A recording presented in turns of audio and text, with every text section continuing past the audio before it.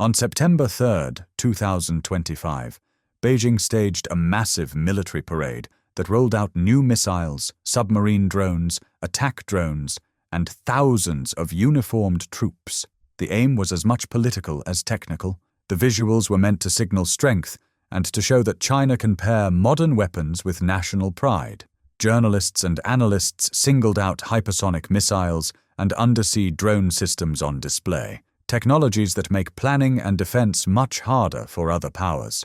While the hardware marched past Tiananmen, Xi Jinping has been speaking at summits and rolling out initiatives that ask countries to imagine a multipolar world where regional powers work together, rather than looking only to Washington. Beijing backs that talk with concrete moves, big infrastructure deals, loans, and diplomatic pushes in Asia, Africa, and the Middle East that deepen practical ties. Put simply, China is building a toolbox of influence, military displays, economic links, and political partnerships that give it more options short of direct confrontation. Below the parades, Beijing has been expanding its nuclear forces in ways that leave a lot of uncertainty about how many warheads it has and what doctrine it follows. U.S. defense assessments now warn the stockpile could exceed 1,000 warheads by 2030, a pace of growth that has planners in Washington and allied capitals on edge. That mixture of faster nuclear growth plus new conventional strike tools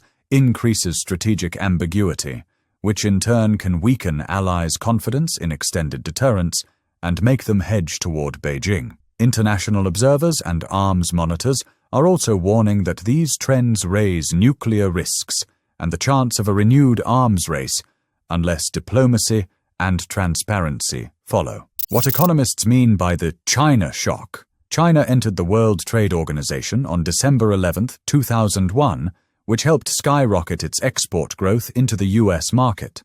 Research that tracked regional job markets found that U.S. areas most exposed to this import surge lost between 2 and 2.4 million jobs from 1999 to 2011, with particularly large hits in manufacturing. Total U.S. manufacturing employment fell from about 17.3 million in January 2000 to roughly 11.5 million at the end of 2009, which shows how the 2000s were brutal for factory work even beyond trade. Some studies focus narrowly on import competition and find job losses concentrated in certain towns and industries.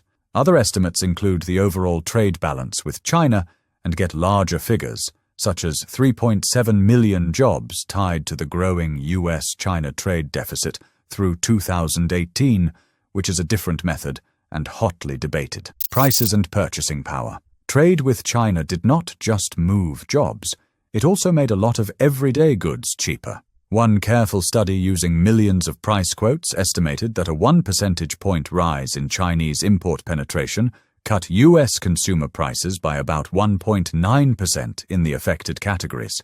Using that same evidence to scale up nationally, economists estimated that the price gains to consumers equaled roughly $411,000 in extra purchasing power for every job displaced, which shows how big the consumer upside can be compared with the concentrated pain in certain communities. Recent Federal Reserve work also finds that tariffs tend to push prices up, which means trying to reverse trade with broad tariffs can raise costs for households. Take Hickory, North Carolina, once a furniture hub. Academic work points to Hickory as a classic case where intense import competition from China slammed a specialized manufacturing town. Some former China shock regions are now landing new plants in autos, batteries, and chips, helped by recent U.S. industrial policies, which shows how the map can change over time. The China shock was real, it was localized, and it lasted longer than many expected.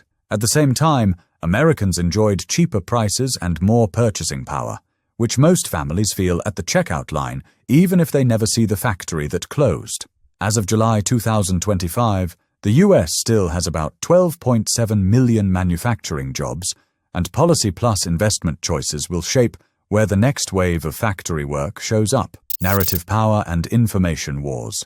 Imagine watching a grand parade and then seeing the same story replayed on state TV, in classrooms, and on foreign language films, all with China cast as the central hero and other contributions barely mentioned. That is exactly what Beijing set out to do with its 85th anniversary messaging, using coordinated central and local media campaigns to push a tighter, foreign-facing story about the past. Outside China, historians note that US pilots, supplies, and advisors played a measurable role in the fight against Japan, but those facts got little prominence in official Chinese materials. On top of traditional media, new tools make this easier. AI-generated images and short videos let crafted versions of history spread fast into feeds around the world. At the same time, Chinese diplomats have adopted a louder, sharper public tone, a style scholars call wolf warrior diplomacy that can push back hard against critics and shape foreign coverage. You see that tone in regions from Latin America to Africa, where blunt diplomacy is backed by a big surge of state media and online campaigns designed to win hearts and shape choices. Those campaigns sometimes latch onto local divisions and crises, amplifying misleading or confusing stories during protests and emergencies to weaken trust in institutions. NATO and allied studies warn that Beijing's growing global media footprint, combined with cuts or gaps in US public diplomacy, makes it harder for Washington to respond quickly with its own competing narratives. The result is not a single dramatic takeover, but a slow, practical pressure. Partners and publics are now juggling competing, well-funded stories about history, security, and who to trust. What's America's response? Tariffs alone will not rebuild towns that lost factories. Experts say the real work is targeted investment in new industries, better worker training, and smarter supply chain policy. Washington and Congress have put real money behind that idea, most visibly through the CHIPS and Science Act, which set aside roughly $52.7 billion to jumpstart U.S. semiconductor manufacturing and related R&D. That funding is already attracting big factory commitments and subsidies, like the multi-billion subsidies finalized for Micron and continuing investments by firms such as TSMC and Intel to expand U.S. chip production. At the same time, the Department of Labor and state programs are expanding dislocated worker grants and apprenticeships so people who lost factory jobs can train into new careers. But policymakers should be honest about trade-offs. Economists and Fed staff find that recent tariff moves have passed through to higher core goods prices, which squeezes household budgets even as some factory investment returns. Fixing factories and training workers is only half the job. The other half is storytelling, and many analysts say the United States needs a faster, more credible way to explain policy and counter misleading narratives abroad.